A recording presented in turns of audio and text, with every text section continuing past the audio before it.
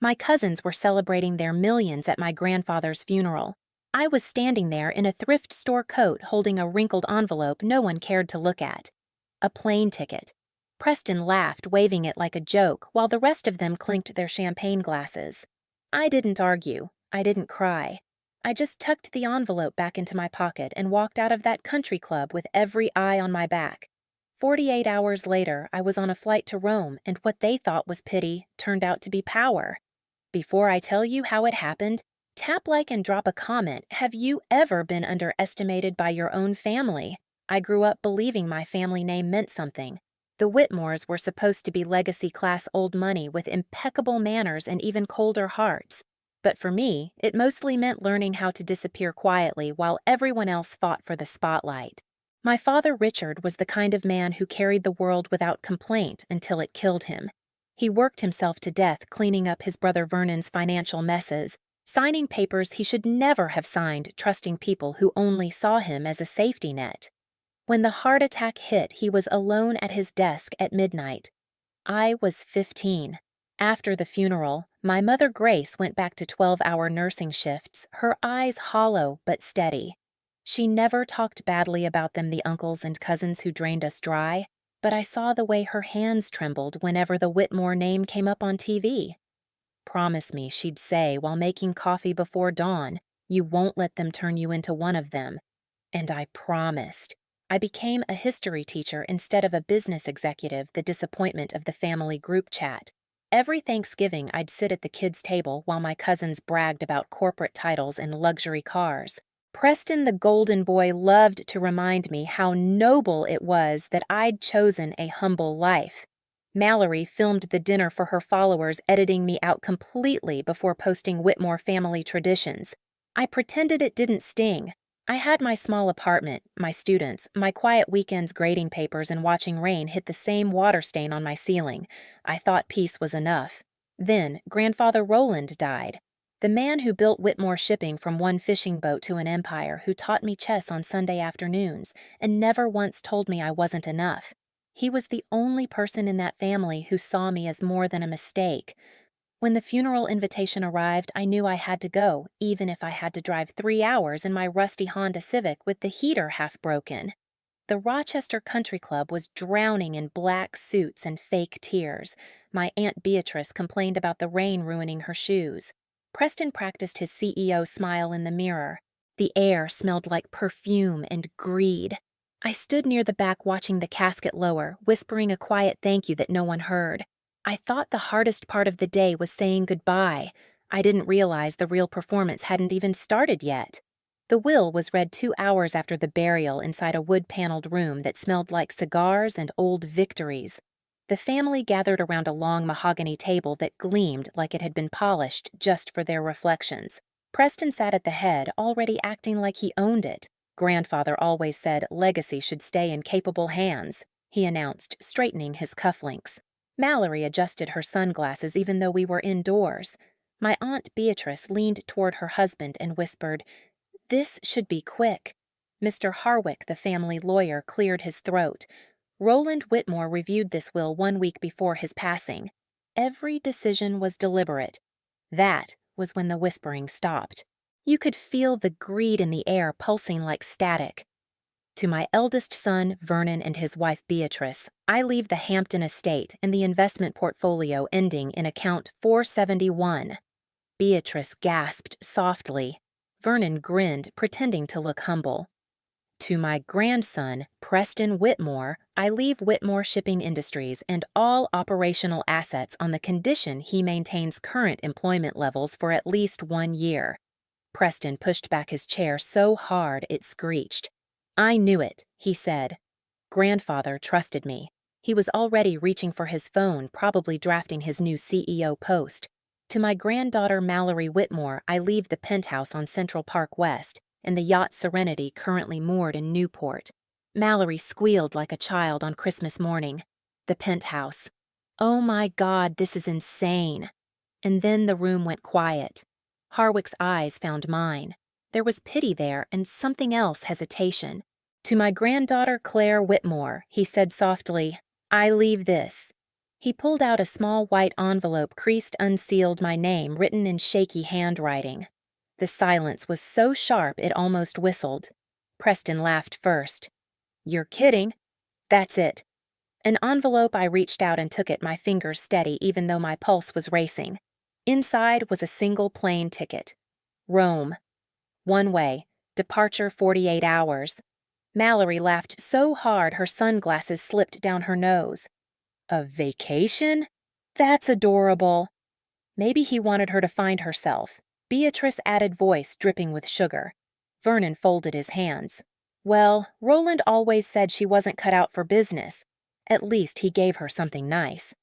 I didn't say a word. I just stared at the ticket. There was something off about it, too specific, too intentional. "Is that everything?" my mother asked quietly from the corner. "Yes," Harwick replied, "except for a personal letter to be opened upon her arrival in Rome." The laughter came again, louder this time. Preston leaned back, smug. "Guess you got your big adventure, Claire. Enjoy economy class." I slid the ticket back into the envelope and stood. "Don't worry, Preston," I said. "I intend to." Their laughter followed me out the door, but it didn't sting this time. It sounded like the kind of noise people make right before the ground gives way beneath them. That night, I placed the envelope on my kitchen table like it was evidence from another life. The fluorescent light flickered overhead, reflecting off the thin white paper. One way to Rome. October 15th, 3:00 p.m. My entire family had walked away with millions, and I had this. I could still hear their laughter, see Preston's smirk frozen in my mind like a photograph. Every logical part of me said to toss the ticket, go back to grading essays, and forget the humiliation. But my grandfather never did anything by accident. I stared at his handwriting, slanted, precise. There was a faint number penciled into the corner, 1947. The year he was 22. The year he'd left the Navy to start Whitmore shipping. That detail snapped something awake in me. I opened my father's old leather journal, the one I kept beside my bed. Inside were business notes, sketches, half-written letters. On the last page he'd scribbled, "Don't let them turn you into one of them." It wasn't advice, it was a warning. By midnight, I had made my decision. I wasn't flying to Rome for a vacation. I was going to finish whatever game my grandfather started. At sunrise, I called my mother. "You're really going?" she asked. No disbelief, just quiet acceptance. "I think he's testing me," I said. "Your father once told me Roland had 2 lives," she whispered. Maybe this is about the one he never spoke of. That stayed with me all morning as I walked through Lincoln High's halls to meet the principal. 3 personal days, she repeated. "You've never taken one in 6 years. "I know, but I need to." She studied me for a moment, then sighed. "You look like someone who just got dared by the universe." By noon, I'd arranged lesson plans, packed my suitcase, and booked an Uber I couldn't afford. The driver, a middle-aged man with tired eyes, noticed the ticket when I climbed in. "Rome," he said. "Nice escape." "Something like that," I replied. At the airport, I sat by the gate and ran my fingers over the envelope again. There was a weight in it that had nothing to do with paper. For the first time in years, I didn't feel small or forgotten. I felt chosen. When the boarding call came, I took a deep breath, tucked my father's journal into my bag, and stepped forward. I didn't know what I was walking into, only that it was mine. The arrivals hall at Fiumicino was a storm of rolling suitcases and overlapping languages, the kind of chaos that makes you feel like a single pebble in a river. I was moving with the current when I saw my name neatly printed on a placard, Claire Whitmore. The man holding it wore a black suit that had seen careful tailoring and a face that knew secrets. He lifted the sign an inch when our eyes met the way you might raise a curtain. "Ms. Whitmore." "I am Lorenzo," he said. "Your grandfather asked me to meet you." Heat bloomed under my coat. "He asked you?" When months ago he said gently, taking my bag before I could refuse. "Please, we have a drive." The car was a quiet black Mercedes that smelled faintly of leather and pine. Rome receded in blurs, ochre walls, laundry lines, scooters slipping like fish between lanes. We climbed into the Sabine Hills switchbacks carving the air. Olive trees lined the slopes like old men in gray coats. Every turn felt like a page turning. "I didn't know he had a place here," I said after a while, the window cool against my temple. Lorenzo glanced at me in the rearview mirror. He called it the part that breathes, he said. He came 1 week every September, alone. The road narrowed and then became a lane flanked by cypress trees, tall and exact as chess pieces. An iron gate opened without a sound. Beyond it, a honey-colored villa with green shutters and a wide stone stair. I felt something inside me settle like a piece finally finding its square. The door opened before we reached it. An elderly woman stepped into the light. She wore a simple black dress and a strand of pearls, and the angle of her chin was familiar in a way that hurt. Her eyes were the color of rain clouds before a storm. "Claire," she said in careful English. "Come." I knew before Lorenzo whispered Sophia that she wasn't a housekeeper. Her hands took mine with a certainty that erased the miles between us. "Your American grandmother, Carol," she passed. "I am your other grandmother," she said. "I have waited a long time to meet the one who plays like Roland." The floor moved under me. I nodded because speaking felt impossible. She led me through rooms that did not brag pale walls, terracotta floors, a long farm table scarred by years of meals. Family photographs covered one wall Roland young and laughing in a white shirt, Sophia in a cotton dress, a boy with Roland's eyes. The photographs had the gravity of proof. 1947. Sophia said, tapping a wedding picture, "We married after the war. He stayed to help rebuild. He left when Korea called him back. He meant to return sooner." I could taste the iron of truth on my tongue. He kept 2 lives. She didn't flare or flinch. He kept 2 truths, and he paid for it every day. We reached a room that smelled faintly of earth and oak. It wasn't a study or a parlor. It was a cellar without the chill a place built for listening. On a wooden table sat a laptop old enough to be stubborn and new enough to be personal. Lorenzo set my bag down. Sophia gestured to the chair. "Your grandfather left you a message," she said. "He asked us to play it when you arrived." My hands trembled only once when I clicked. Then the screen filled with him, older, thinner, the sharpness of his features finally at rest. He looked into the camera like he was looking at a chessboard and seeing 3 moves ahead. "If you're watching this, Claire, it means you took the flight," he said. "Good girl." My breath left. I pressed my palm to the table to steady it. "I gave your cousins what they always chased, rooms full of mirrors," he continued. "The company in Detroit is bleeding. They'll find the holes soon enough. The penthouse has 3 liens. The yacht is leased. The Hamptons estate half smoke, half loan." He smiled without humor. "I gave them appearance because appearance is all they asked me for." He leaned closer, then softening. "You never asked for anything. You came on Sundays to play and to listen. You left me with peace I didn't deserve. So I'm giving you the part of this family that's real. The vineyard produces 2 million bottles a year. The land is paid for. The workers are family. Your grandmother Sophia is the bravest person I ever knew. Your uncle Augusto, her son, runs the day-to-day better than I ever did." He paused, and I heard the tiniest catch in his breath. "It's all yours, Claire. Not to sell, to keep, to grow. Consider it a trust I place in your hands because you are the only one who understands the weight of quiet choices." He sat back the edge of a smile, returning. "When Preston calls, and he will be kinder than he deserves. That will be the win they don't understand. Checkmate is not slamming the king. It's making the other player see the end and accept it." The screen went black. Somewhere upstairs, a clock struck the hour. I exhaled a sound that wasn't a sob and wasn't a laugh and felt like unlocking. Sophia poured 2 fingers of deep red wine into small glasses and pressed one into my palm. "Heredità," she said. "Inheritance." It tasted like summer caught in stone. It tasted like someone telling you you're not invisible. "Why me?" I asked, finally risking the question that had hummed under my ribs since the country club. Sophia's eyes softened. "Because you love things that do not glitter," she said. "Because he knew you would not trade the root for the flower." Augusto arrived by dusk, big-shouldered and quiet, with hands the color of soil. He hugged me with the care of a person who has carried heavy things for a long time. He led me through the vines while the light thinned, told me about trellising and harvests, about weather that lied and weather that told the truth.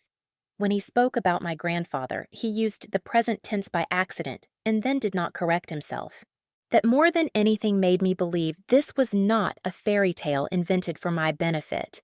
I stayed 3 weeks. I woke at 5 and learned by following. I carried crates and stained my hands.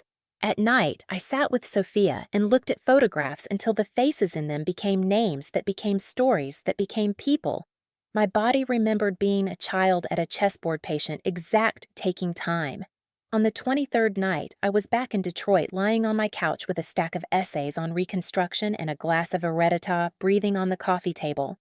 My phone lit up with Preston's name. Midnight. The kind of hour people use when they're out of polite words. I let it ring long enough for my pulse to even out, then answered. Claire. His voice was stripped of swagger. We need to talk. I said nothing. The accountants. It's bad, he said. Paper rustled on his end, the sound of a man drowning with documents that wouldn't float. There's debt I can't unwind. Vendors threatening to sue. The bank. He stopped. The penthouse I asked. Gone, he said, a whisper of a word. The yacht leased. Returned. The estate. A silence that tasted like ashes. Not ours, he said. Not really. I let the quiet hold. It wasn't cruelty. It was space for him to hear himself. You knew, he said, finally awe-wrapping the syllables. When you walked out with that ticket, I suspected, I said. Grandfather never did sentiment. He blew out a breath that sounded like surrender. He left you something, didn't he? He left me something real. Then the word broke in his mouth. Help me. I'll do anything. I pictured his cufflinks shining at the head of the table. The laughter, the clink of crystal. I tasted the wine again and felt the steadiness it gave me. There's a role, I said. U.S. distribution for Heredita. Salary. No ownership. You report to Augusto. You don't put the family name on any of it. He didn't pretend to be insulted. Yes, he said. I'll take it. 2 conditions I added. You apologize to my mother. You stop filming people's humiliation. His breath caught. Okay. And Preston, I said. You do the work. If you run, it won't chase you. It will just be there waiting when you get tired. He laughed, once a clean, unguarded sound I had never heard from him. You sound like him, he said. Sometimes I hear him, I admitted. In the quiet. After we hung up, I stared at the ceiling water stain, the Texas-shaped cloud that had watched me through years of smallness. It didn't look like Texas anymore. It looked like a continent without borders. Mallory was harder. She waited 2 weeks and then sent a long message that said nothing and everything, how she hadn't understood how she had wanted to be seen so badly that she turned herself into a brand. When we met at a coffee shop near campus, she kept her sunglasses on until she cried, which happened faster than either of us expected. I don't do crying, she said, swiping at her face and missing. It messes up my contour. Try telling the truth instead, I said. There's a job in Rome. Digital, but you'll spend real hours in the vineyard. You'll learn what it takes to make something slow. Her laugh was shaky. You mean I have to earn a story before I can post it? Exactly.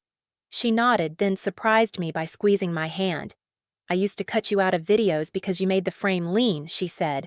You didn't play along? I was playing a different game, I said.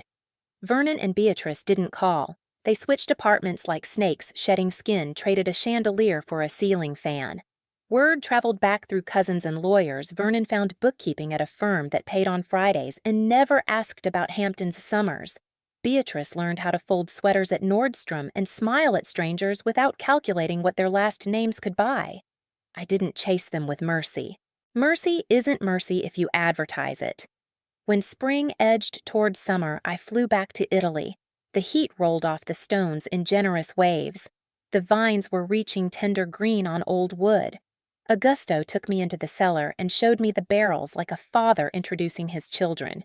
Do you want to see where he watched his videos, he asked. I already did, I said, and we both understood what I meant. We played chess at the long farm table that night. The board was a simple wooden one, the pieces slightly uneven the way hand-carved things refuse to be perfect. I opened with a move he would recognize. Halfway through, I sacrificed my queen. The gasp came out of Augusto without permission. He taught you that he said. He taught me to see beyond what hurts, I said. We ended with me pushing a pawn to the 8th rank, the smallest piece growing into something it hadn't been allowed to be. I didn't say the metaphor out loud. I didn't need to. Later, standing on the terrace with a glass that caught the last light, I called my mother. The signal wavered, then settled. "Are you happy?" she asked, skipping hello, "because we didn't need it." "I'm steady," I said. "And I brought you something." I told her about a little house on a California hill with a studio facing the ocean, a place for her to paint without a clock nagging in the corner. She didn't cry either. "We come from a line that saves tears for the exact right hour. Your father would say you made a clean move," she said. I turned the bottle in my hands. The label read Heredita 2024, and in my grandfather's handwriting. For Claire, who trusted without knowing why. I set it on the shelf above the stove next to the salt and the olive oil where useful things live. The next morning, I walked the vineyard while the air still held night. My shoes darkened with dew. Workers waved, and I waved back with the ease of someone who finally belongs to the thing she's touching. When the sun cracked over the ridge, the vines glowed the quiet gold that only comes when no one is trying to make it happen. People will tell you revenge is a scream. They will teach you to throw the glass, flip the table, tear the dress. My grandfather taught me something else entirely. Revenge can be a harvest. It can be a salary with no title. It can be a seat at a table where the person who laughed at you now asks, "What do you need me to do today?" And you answer.